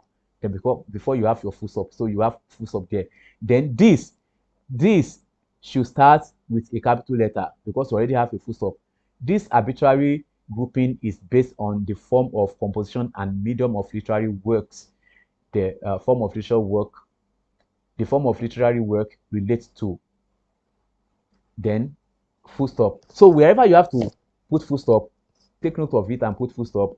A comma, put full stop. If it's a question, so put a comma. If it's a question, put question mark. So that is punctuation. And if you are supposed to write something in capital letter, write it in capital letter. That is punctuation. That's what we expect you to do in that part. So the next part, question number 11. Question number 11. Interpret the following idioms. Interpret the following idioms. Now, the first past question too, we discussed idioms. So the first idiom here is to flog a dead horse. To flog a dead horse. I think that's spade in front of it is an error. You can cancel that. To flog a dead horse. Now, to flog a dead horse means to engage yourself in a fruitless effort. A fruitless effort, something that will not yield you any result.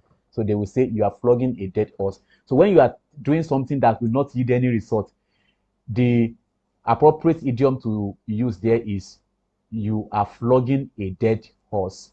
That is, that effort will not yield you any result. Okay, number 2, that is number B. To be fair weather friend. To be a fair weather friend. So if you are a fair weather friend, it means you are a friend that only appears when things are rosy for the other person.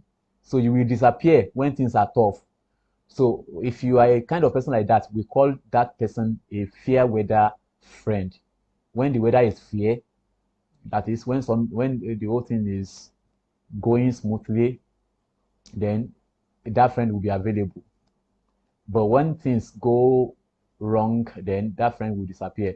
That is a fair weather friend. Then number C, to develop cold feet. To develop cold feet.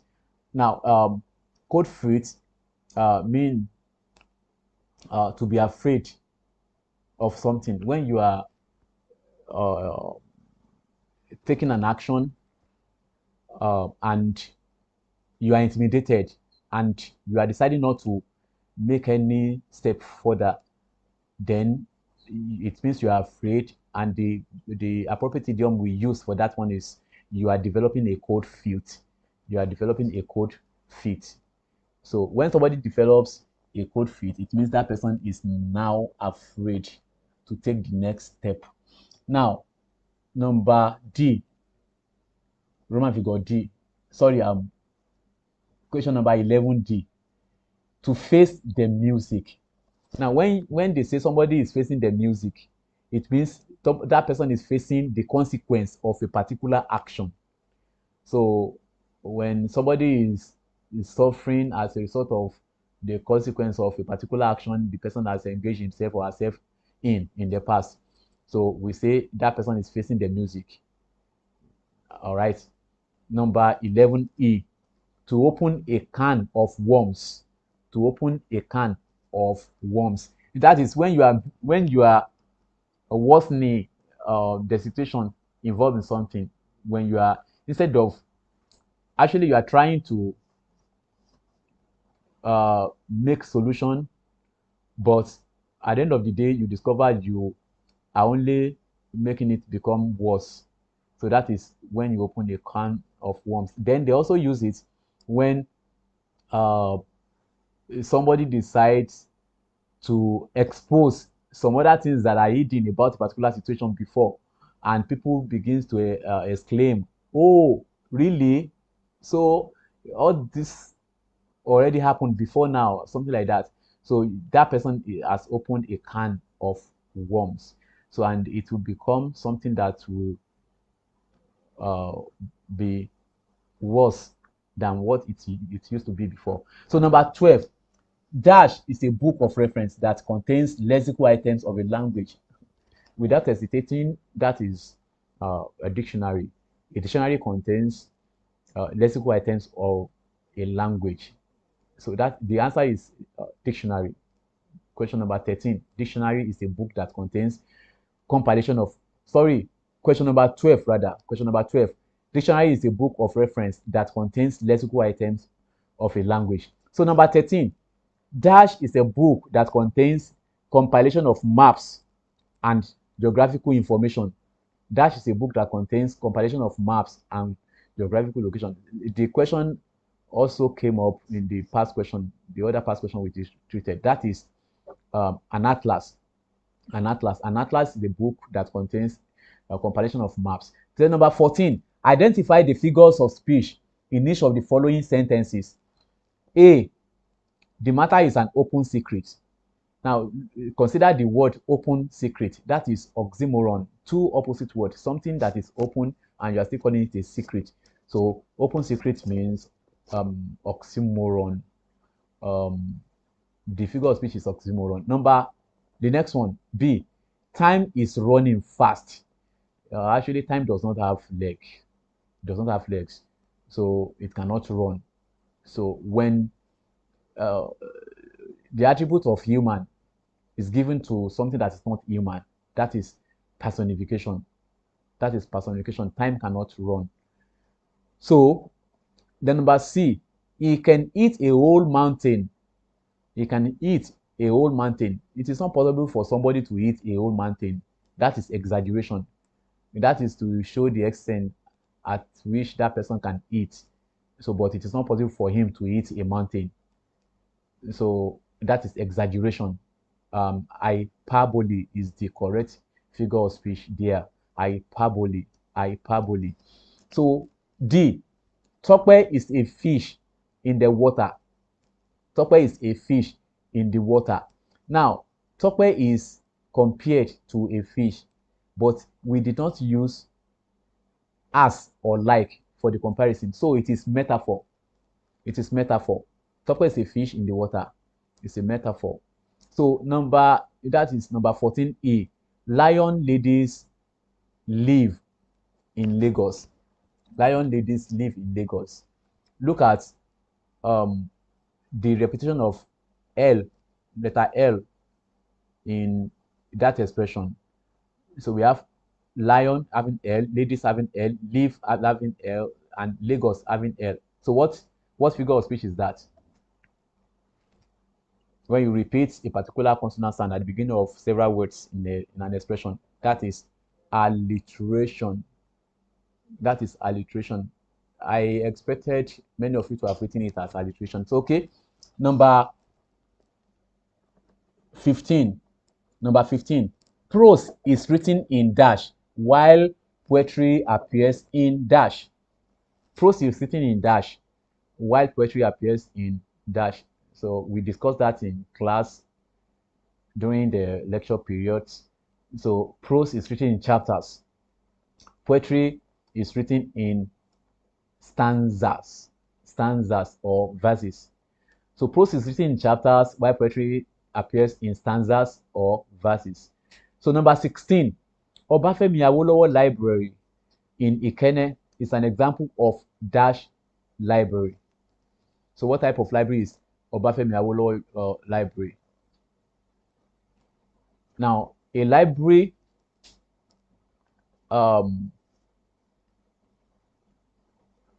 organized by one person is actually a private library. So Obafemi Awolowo Library in Ikena is an example of a private library. Number 18, the sequential arrangement of events in a literary work is known as. Anybody with that answer? Sequential arrangement of events. Sequential arrangement of events in a literary work, maybe a prose or a drama, even in a poetry. So sequential arrangement of any event is said to be the plot, plot, plot. Then number 19, some of the characteristics of language include dash and dash. Just mention two features of language or characteristics of language in that. You can say language is innate, language is symbolic, language is conventional, language is arbitrary, language is systematic. Any two feature of characteristics of language. So that is okay. That's all for the objective part. Section B, language and language skills.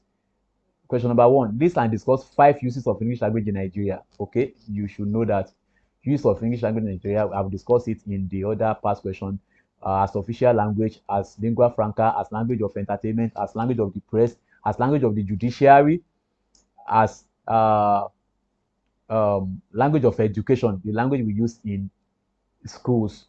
So as language of education. So we have several uses of English language in Nigeria. Then number 2, what is a paragraph? A paragraph is a unit of idea in a discourse. It's a unit of idea. Now we can also say it is a group of interrelated sentences logically arranged to form an idea in a discourse. So that is a paragraph, a unit of thought, unit of idea in a discourse. Then number 2B, explain 4 qualities of a paragraph. 4 qualities of a paragraph.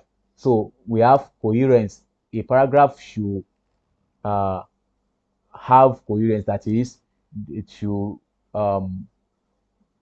have relationship with one another. That is, one paragraph should lead to the other in the order of arrangement or organization. So that is coherence. Then we have unity. There should be unity of thought. So your thought should have what we call unity. Then that is, in a paragraph, we have several sentences, and those several sentences should not negate one another. So they should unite. So that is unity. Then we have brevity. A good paragraph should be brief. Then accuracy. A good paragraph should give accurate information. That is accuracy. It should give accurate information, and so on. And for the literature part too, most of the things I've said about literature, make sure you read the literature text and you are able to determine the setting. You're able to determine the themes, several themes in that storybook. Then you should be able to determine the lessons, the moral lessons identified or projected in the story. Then you should be able to say some things about each of the characters in the story, then and so on. So if you can do that, you will answer the question on literature aspect perfectly. So I won't be able to treat any other past question now again, but if you have any question, you can still put your questions in the comment section. I will still answer your questions until 12:30 a.m. until 12:30 a.m. But after then, those of you that are writing your exam on Saturday, you can still ask your questions. So the video will still be on the channel. You can make reference to it anytime. Then ask your questions when you are reading. If you have any question, quickly come up online and ask your question. Now I can see some other comments there. I will just take 1 or 2 comments and we close the live session now. Climax. Hyperbole. Hyperbole is an exaggerated idea when an idea is exaggerated above the actual size. Like saying the whole world attended a wedding. The whole world cannot attend a wedding. It is not possible. That is exaggeration. We call it hyperbole. Then climax. Climax is arrangement of events in ascending order. When you arrange events going from the least to the highest, that is their climax in literature. But if it is in drama or a story, that's a prose, climax means the highest level of conflict in a story. So you know, drama is composed using a particular conflict as the major instrument. So when the conflict gets to the highest point, then we have what we call climax. So somebody, all right, thank you too. Thank you for your time too. Yes, prose is written in chapters. Drama is written in act and scene, but poetry is written in stanzas or verses. Then is it brevity? You said, sir, or brevity? Brief. That is brevity. It should be brief. It should be brief. Then yes, poetry is written in stanzas. Is private library the same thing as personal library? Yeah, yeah. Your personal library is at home. Oh. Private library is the one that we have given as example now. Then, all right, I can see your comments showing your appreciation. Thank you very much too. Thank you for your time too. I wish you the best in your exam. And like I said, the video will still be online in the channel for your comments. Mini, what is this? Okay.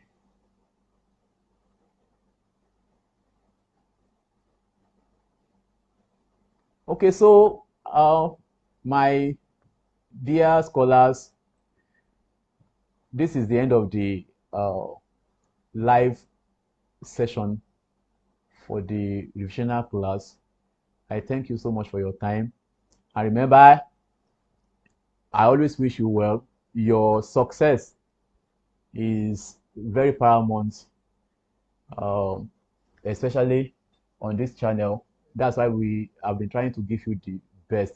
Meaning of denouement. Meaning of denouement means the point at which the tension in conflict is coming down in a literary work, especially in a drama work.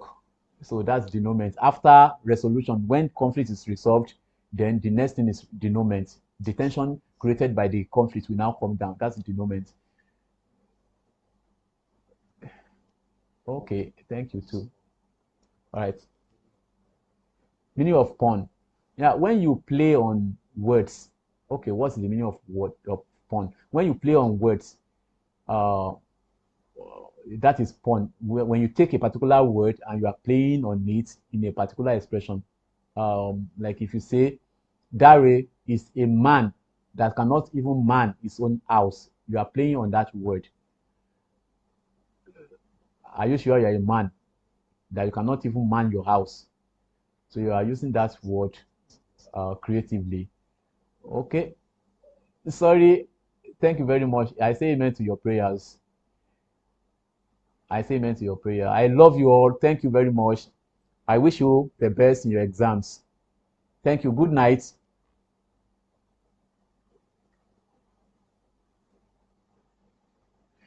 Oh my God. What is apostrophe before you go, sir?